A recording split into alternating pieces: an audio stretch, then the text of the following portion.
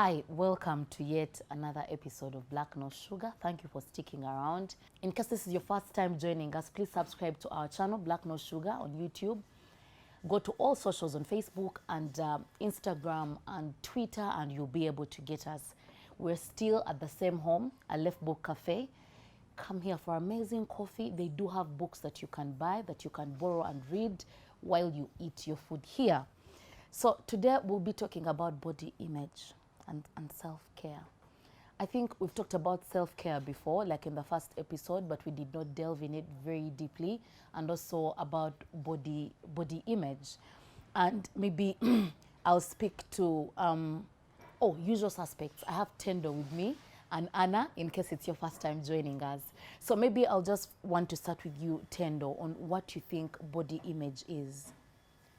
Maybe for me, it's really just the perception I have of myself, of my physical, of my emotional, being, what I think of myself, what no one else but myself think about me, yes. I think body image is much more than what you think of yourself, though. I'm thinking also how people perceive, the social perception of your body and where it gets you and the spaces it gets you into and the conversations around it, like what conversations are had about the fact, like, for example, if people like us who have always been big, then the people that, are small, and it's always about when are you gaining weight, you don't look like you're old, you don't look like a mother, you don't look like this. So I think also those social conversations and where they get you and the conversations around them, really.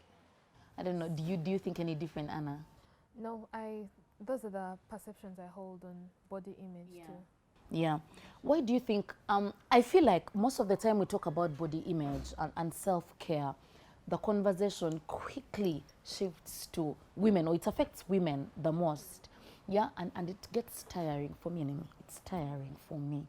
The fact that constantly when we speak about our skin textures, fire wasts, my legs. I'm reminded about a border man sometime who found me at the stage and said, like I was only trying to wait for a border to go. Of course, I do not care because I'm at that point in my life. I don't have enough money to have surgery. I'm not going to make myself taller. I'm not going to make myself, maybe it's a lot cheaper these days to make yourself lighter if you prefer to be light. But I'm at that point in my life where I do not think I'm going to change much about what I physically look like. So I don't care much, but I know it's not like that for many people. Why do you think the conversation has been shifted mostly to affect women? Or why do many of these comments go get there as the first conversation opener? You gave birth. Hey, where is your tummy? Where is your this? Why is it that it mostly goes to women? I have an opinion on that. Yeah. I think that, let me just call it beauty standards or like standards of what a body should look like for women is rooted in a very it's a primal thing that we started with as human beings. We're evolving. The fact that I think women were in the position of giving birth and bringing life. Our primary ancestors before used to look at women as a valuable asset in perpetuating humanity and the race because of the whole birth process. And because of that, they started to look at what like a woman who can give birth.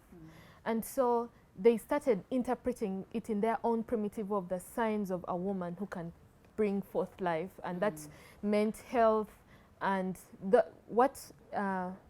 because beauty standards primarily like are a window into like fundamental principles about genetics and if someone is healthy, if their face is symmetrical, it means they don't have disabilities, it means that they're healthy, therefore they can be functional or fulfill certain roles.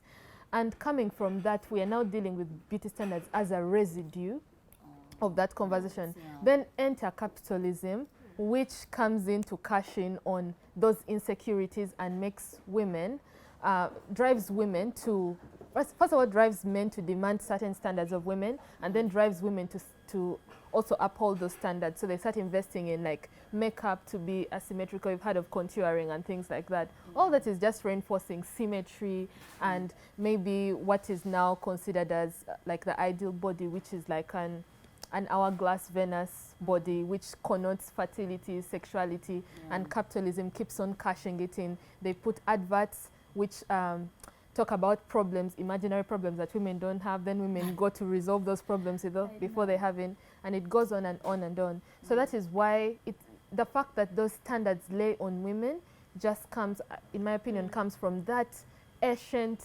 idea of selecting the best mate and looking at women as a vessel of carrying life forth, and then seeing large hips, yeah, she can give birth. Too tiny, or tiny, that means she's healthy and she works out and therefore she's a healthy person. Too fat, yeah, that kind of thing.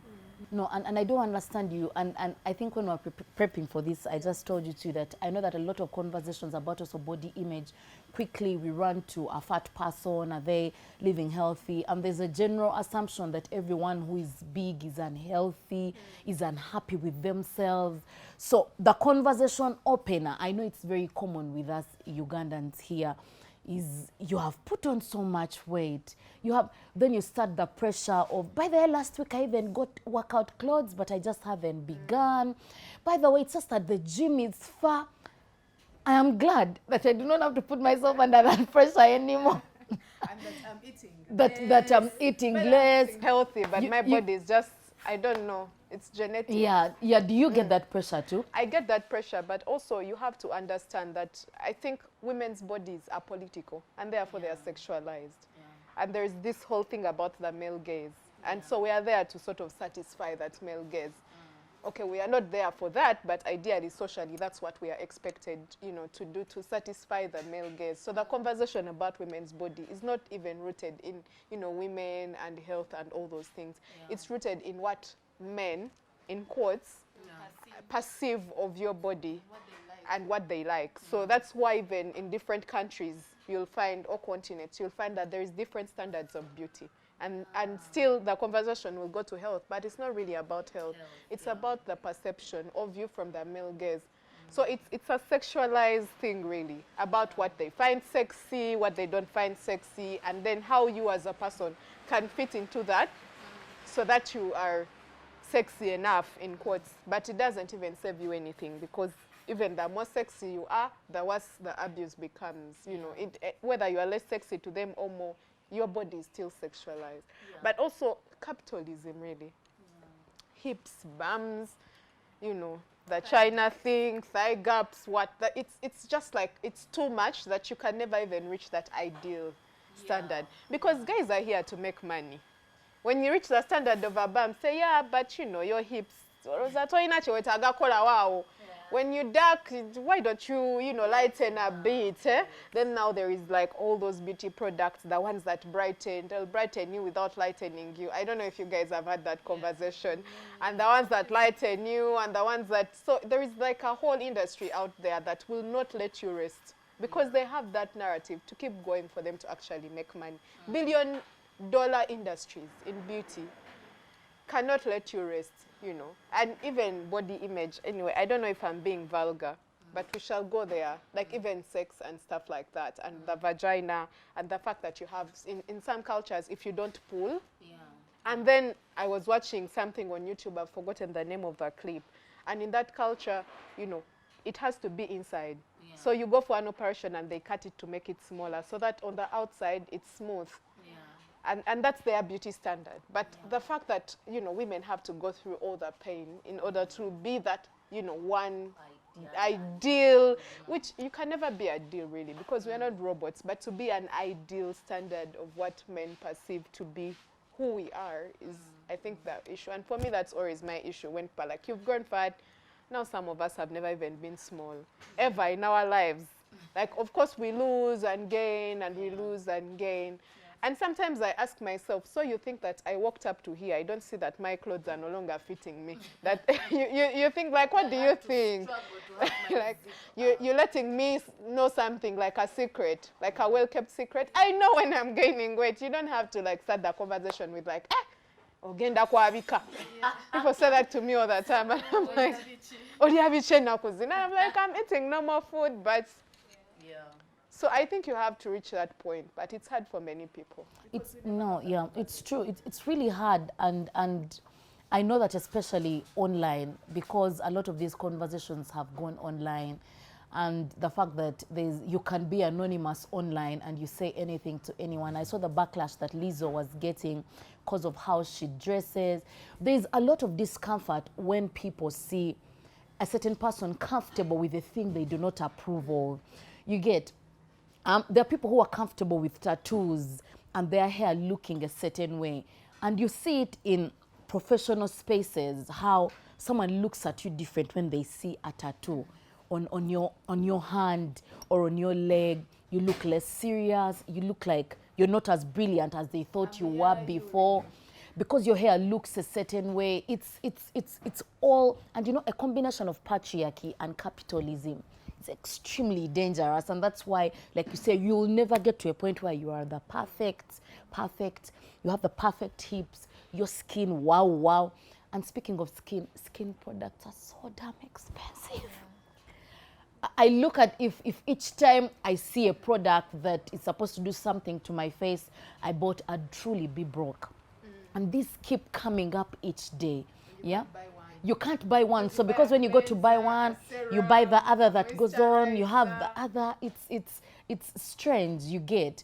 And I know another thing that I just recently experienced. Maybe let me first ask, what parts of your body are you insecure about? What parts? Is it your skin? Is it your... I think I'll begin with your tummy. Yeah? Are you seeing it? I saw it already. It is giving me pot belly feelings. Your tummy, what's yours, Anna? Is there any part of your body that makes you Mine have evolved through time, and they've been strong. When I was in high school, puberty did a number on me, gave me some flesh, and I was not comfortable with it. Like, I spent most of my teenage, I think, on a diet and trying to, and now when I look back, I wasn't actually fat. I was just, like, I wasn't morbidly fat the way I felt, but but that, of course, has gone away with time because something liberated me, which was a very strange thing. But just somebody living comfortable in their skin is what liberated me, just took me a picture. Now it is my lips, which are always chapped, and so I'm always conscious about, if they are looking appropriate, or they're looking like croissants, so they're, so I think that's like the major source. I think mine are my cheeks. Sometimes I look at myself, I figure I'm looking very nice today.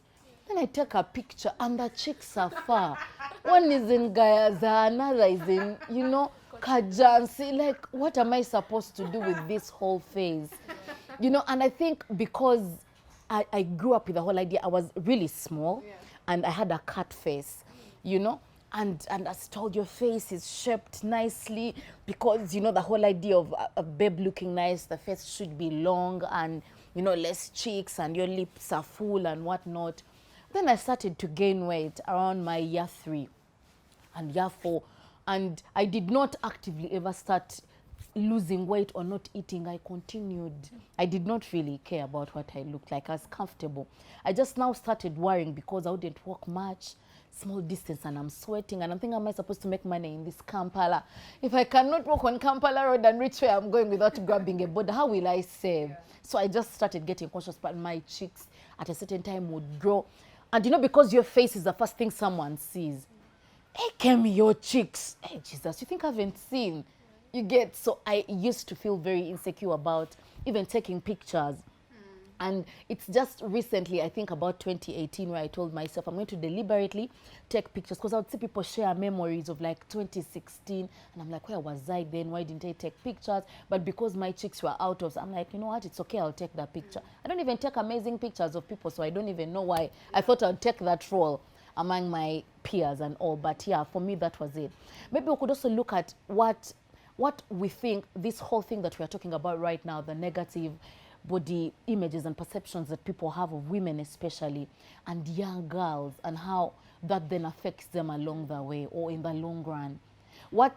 How does it affect you, Tendo, the fact that people greet you by talking about your tummy? I hope you're comfortable with me just Before we even, get there, you were talking about taking photos, and I remember the whole time I was pregnant, I didn't take a photo of myself. I have no photo of myself when I was pregnant.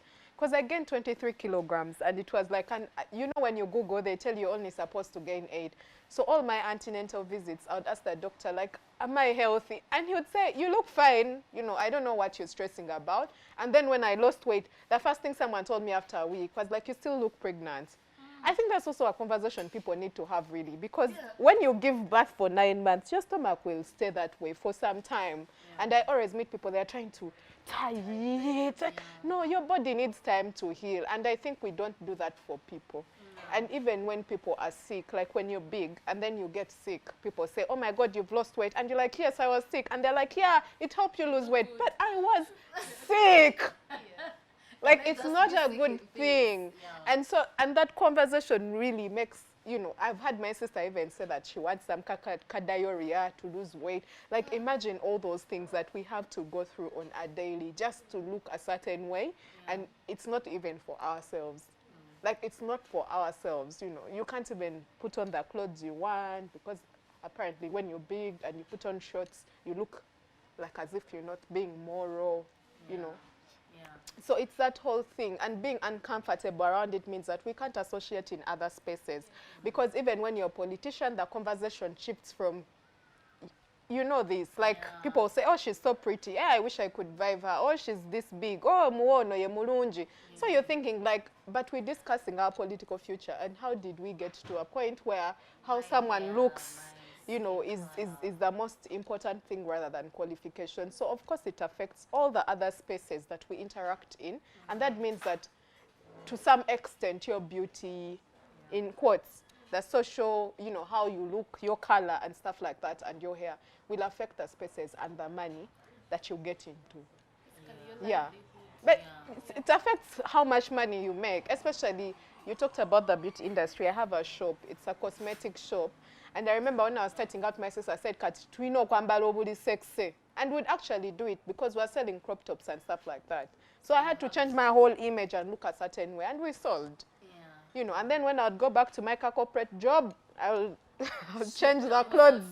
So if someone met me in the middle there, they would be like, oh my God, are you the same person? I'd be like, yeah, I am, but, you know, you see where that is really going. I agree with you that it even goes as far as, I know we take it for a joke sometimes because we simplify it, but I know that to even get to certain workspaces, you know, your skin has to look a certain way.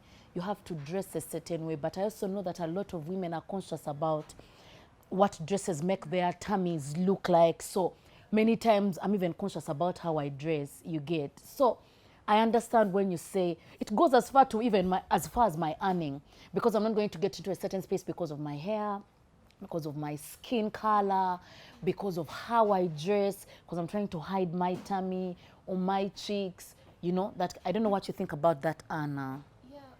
I'm in agreement, because you look at, for instance, the media houses and television, you realize that you have seen the same prototype of a face, or like the same structure, the same color, the same size. You have not seen much variation. Like when they say, oh, NTV has a new anchor, you can imagine, if they tell you to draw, you can draw what this person might look like, and lo and behold, they will be. And so this actually does touch, first of all, there is a journalism student who told me that, you know, when you're in mass comm, you know if you'll ever get to TV or not.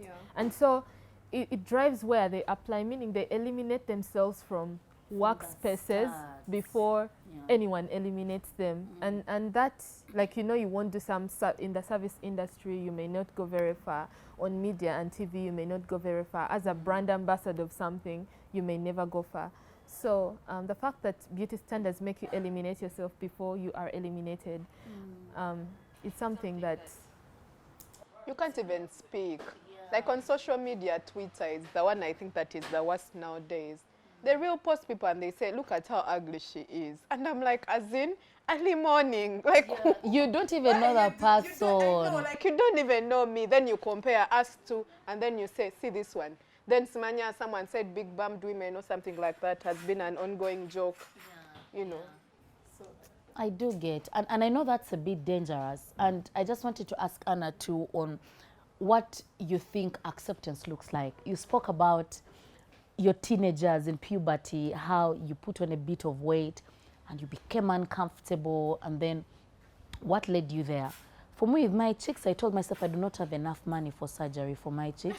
I do not even know if that's there. That was your conversation. Yeah, like I told myself that thing. But also, like, there's a time my tummy used to make me uncomfortable. So I'd dress up a certain way and become conscious someone is going to make a comment about my tummy. I'd buy a dress and I'm not able to wear it because this person will comment. And you even know certain friends who sometimes it comes very innocently. But along the way, I think you're supposed to figure it makes me uncomfortable. Even if you tell them this thing makes me uncomfortable, it doesn't seem as serious because it's there. And, you know, so I told myself I'm not changing myself. You get? And I told myself I'm going to speak so much my mouth will cover my cheeks along the way. I'll speak so much that you forget I have cheeks. So the way you see me, I yap until you forget my cheeks are there. I don't think they do, but yeah. But for me, acceptance is sort of even the first step, because no TV advert, no one is going to tell you sometimes, no one is going to tell you something that's going to move you to believe that maybe you're pretty enough, that your skin is okay. When I get pimples, I move there. What do you want me to do? You get, I do not have foundation huge enough or beauty to make me cover all these things, but I also don't have the time to make sure every morning I'm covering these pimples or that I'm drawing my eyebrow, because I have half an eyebrow on my left eye. So like finding out that I have nothing to do about it, for me, led me on that journey of, Kemi, the earlier you accept that this thing is staying, the better for you. And I moved. You get, but I know that it's not very easy for certain people, especially because they have to interface with people that say these negative things to them every day. What was your journey, Anna? My journey, it's strange. Let me just give you an anecdote. How I used to actually wear polo necks. It's funny that we're talking about self. I used to wear polo necks and baggy jeans at the time because I thought I was like huge and stuff. Then one day I was at university, I think in my second year, and I see this girl at Mary Stewart on the steps. She would be what you would call plus size, but like extra, you know? Yeah. And she was wearing leggings and a top that wasn't going all the way to her butt. Yeah. But that's besides the point. She was like holding the banister and she was laughing. I couldn't hear her, but I could see. And when I saw her, that is the first, like that something snapped in my mind. I'm like, she is being herself. Why do I move around like so self-conscious, and like why do I dictate what I should wear because I think society will see my arms, will see my, you know. Yeah, but beyond that anecdote just sparked me onto this journey. But this is for me how I've resolved it, and I'm someone who has really had a lot of like problems with my body image, and I've also been kind of my own cure. One of the things I did was to, I think, turn away the gaze from other people, like looking at other people, because you know, you look at people's tiny waists and then you envision yourself. For instance, you see a dress on someone's tiny waist and then you think like, let me buy that dress.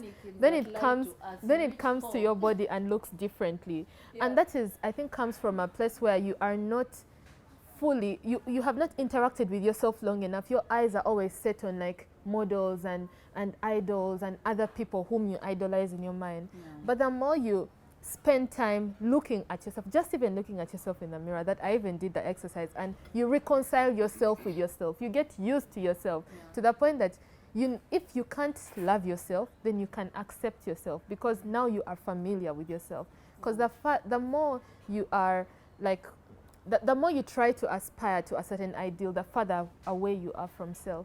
So for me, I would say the journey to self-acceptance comes from turning the gaze away from all the models you're given, even in your society, on TV, on magazines, and looking at yourself.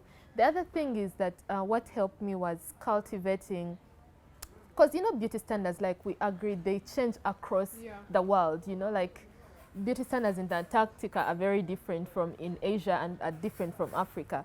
Yeah. So you cultivating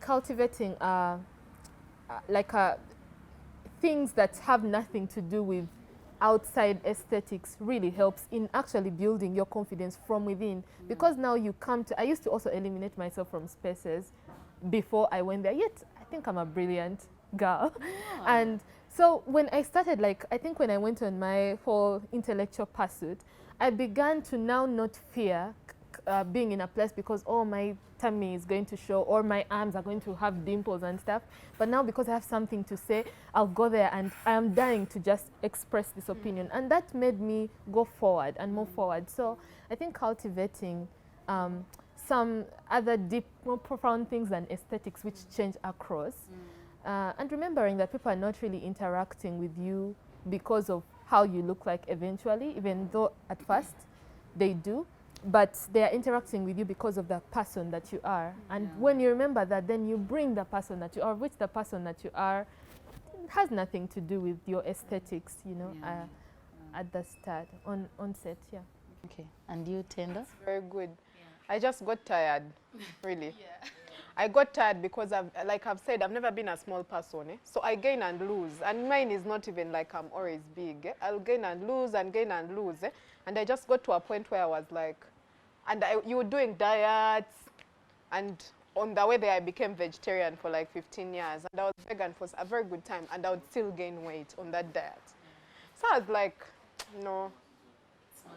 Like, this is not it, because I need to reach a point where I'm happy and I don't look back at my life and say, you know, every year I'm trying to lose weight. Because I got to a point where I would put down every 3 months to lose weight in a year. And I think that's just like very tiresome. So I got tired. But also, secondly, I think that the conversation around body image is much deeper. Like, for example, why do you feel like you're not enough? And it's not only body image. There are other things that are interacting with your body image to reduce your self-esteem, to feel like you have to be someone, to be loved. So also eliminating toxic people from my space, really.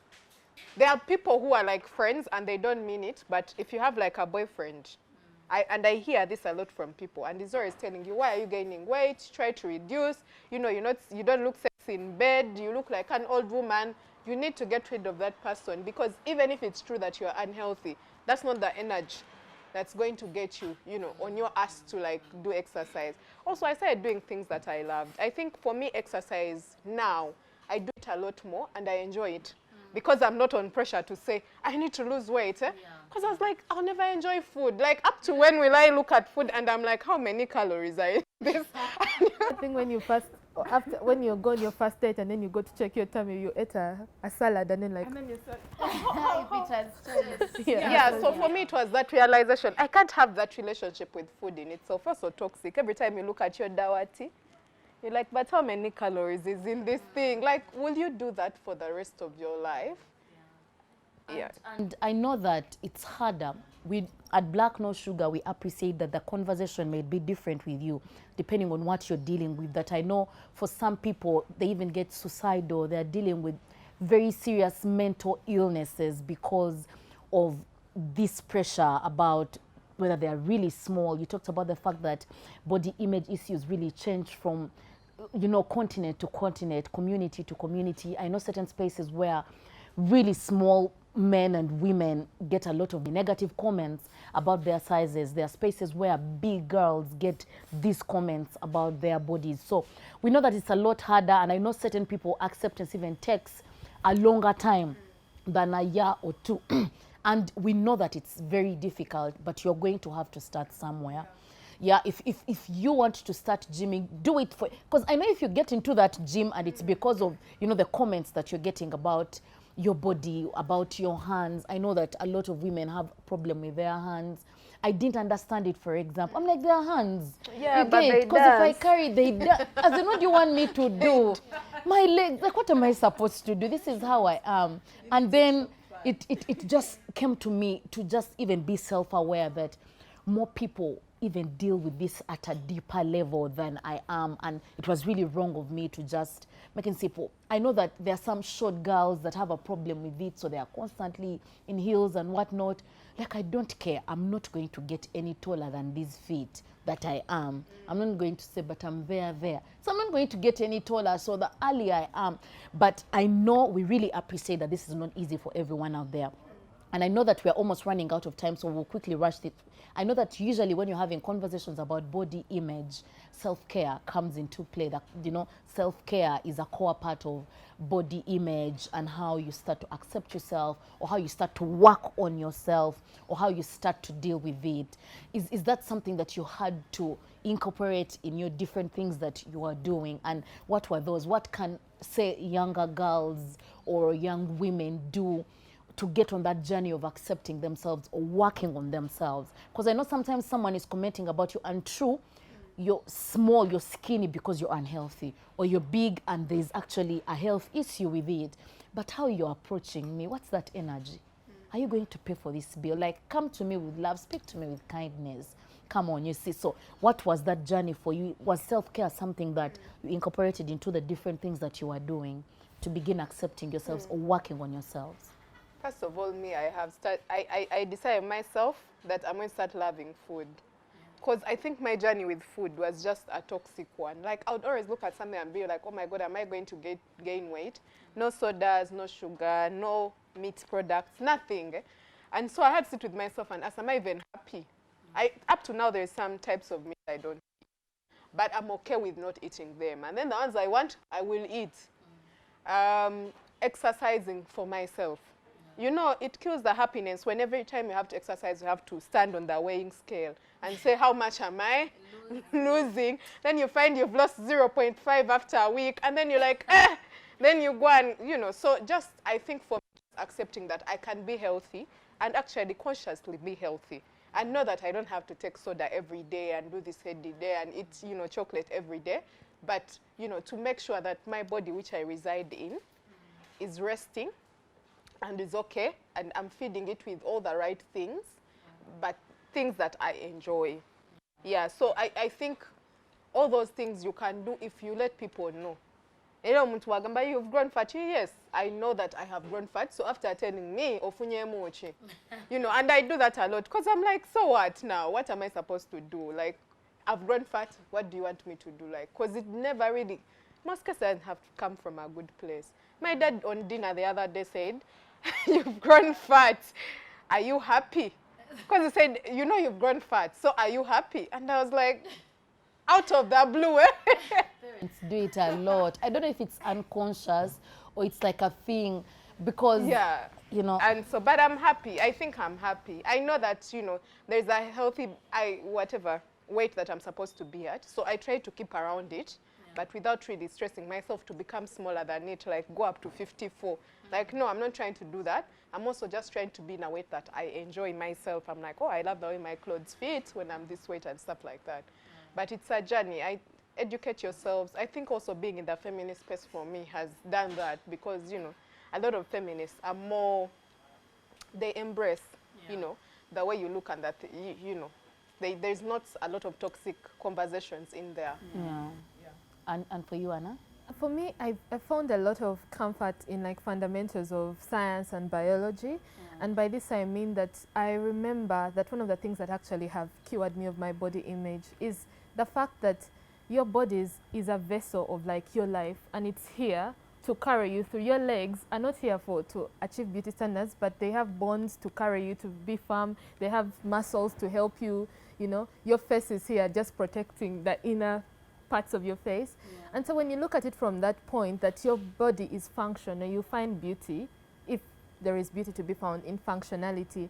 And also that will link to the self-care, whereby you start taking care of this body that carries you through every day, this body that is supporting you. So you try to, the practices that you'll build around there will not be just, because a lot of people say self-care and then they think it's just candles and vacations, and which is also a whole class thing. So what does a woman in the village who never has a vacation do to take care of themselves? Feed your body healthy things.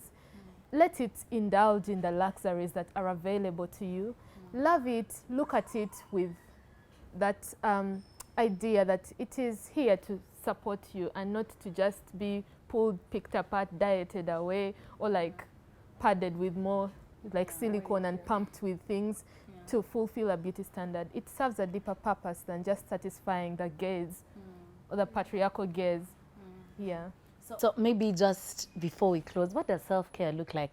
I know that this conversation, I've seen tidbits of it on Twitter before and Facebook, that these feminists, they began this self-care thing. Even once she's fat and you tell her to lose weight, she says self-care. They eat away. And they, because maybe my self-care involves eating, right? But what does self-care look like for you? Self-care, I interpret it as, of course I have an issue with what self-care, you know, capitalism is like some wolf waiting to leap onto the next thing. Exactly. When the thing is that also capitalism has grabbed away self-care to sell to us the idea that it's something expensive. Yeah. Like you must buy these expensive candles and like incense from I don't know where and transport like Himalayan salt, fly it all the way from the Himalayas to here to care for yourself. But I understand self-care as nourishment of oneself. And that for me involves mental hygiene, whereby you work on your psyche by sitting with yourself, having moments, giving time to yourself and certain resources to yourself. Time to reflect on how you feel, to process your emotions.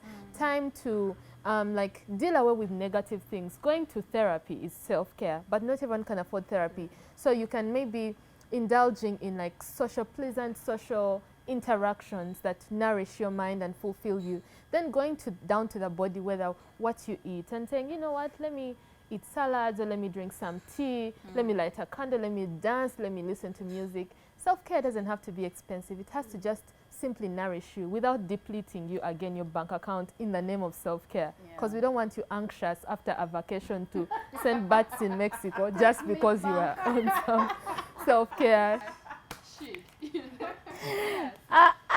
Take me back pictures on Instagram can finish you if you're not careful, by the way. I want people not to fall into the trap of capitalism. Self-care is not expensive. Self-care is not something excessive you add. It's something nourishing. It's something that gives without taking from you and restores mentally. And mental hygiene should be part of self-care.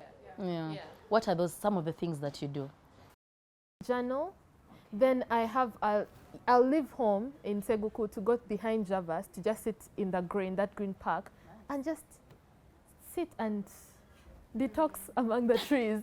That is for me self-care. Then at night, I love candles, so I light candles and dim lights and play music and read Khalil Gibran poetry, or just hang out with my friends and we drink hot chocolate and we have just slow conversations. No, it's not actually. It's actually a very cheap thing. I find it interesting that people love scenery. Like you're traveling, first pause, we take a pic. Like anyway, we are different, and for you, it stresses me. No, even for work, I'd be on a work trip and someone, oh my God, have you seen that thing? Like, I don't get it. Even when I see pictures of sunsets, I grabbed this beauty. I don't get it, but people enjoy it anyway. What's your stand though? I think I will agree with her, but I also think it changes from time to time. Depending on what you need, sometimes mentally, I found that I need to read books. And I just sit and read books to a certain, point. I need to like sleep. Sleeping is a big one for me. I've had a lot of sleep issues that I would sleep for 3 hours and then wake up. Like I would wake up every 2 hours because of work. But now, even if it's 12, people who work with me know, and I'm sleepy. I'm going to sleep, Even if it's because people are like, let's go. And I'm like, no, today is my day to sleep. But you are free. I'm like, yes, I'm free to sleep. And even me to get to that point was hard. So I think your body tells you what it needs. Sometimes self-care is to be with your friends. Some people, they say they are, like my sister now, her big thing is like she wants to get pregnant. I think that maybe that will be her self-care because she wants something for herself to love. And maybe that's her self-care. Then, so with time, I think I don't have a specific thing that I say, but I think that your body tells you with time. Also, very, very confused about the whole environment thing. Remove your shoes, walk on the grass. I'm like, no, I hate insects. People hiking. I don't know, like this my self-care is mountain, actually not that tough exercise. Yesterday I went for a stresses me. dance class and I got lost. And I mine lost is, I think, myself. plants, and it just grew like over. Before I used to see a lot of plants and I didn't even give a damn about them. And these days, I even avoid using certain roads because I'm going to see a plant and I have 30K in my wallet. So am I going to buy that plant? Am I going to go home? Am I going to stay with 1,000 shillings in my wallet just to do that? But they really nourish me. They make me happy. Even watching videos of people taking care of their plants just makes me happy. So all I need is 5K of data and I'll be happy. And my house, I also love to sleep a lot, but also conversation nourishes me. Laughter, loud laughter. Yeah, so I know we cannot talk about everything in these very few minutes that we share with you, but please do not forget to check out Aleph Book Cafe. We are just at Kanjocha Street. Subscribe to Black No Sugar and follow us on Instagram, Facebook, and Twitter. Thank you for sticking around. Share your thoughts with us in the comments on what you do for self-care, on what body image issues you've dealt with and how you work them out. You never know, you may be changing someone's life out there. Thank you. Bye.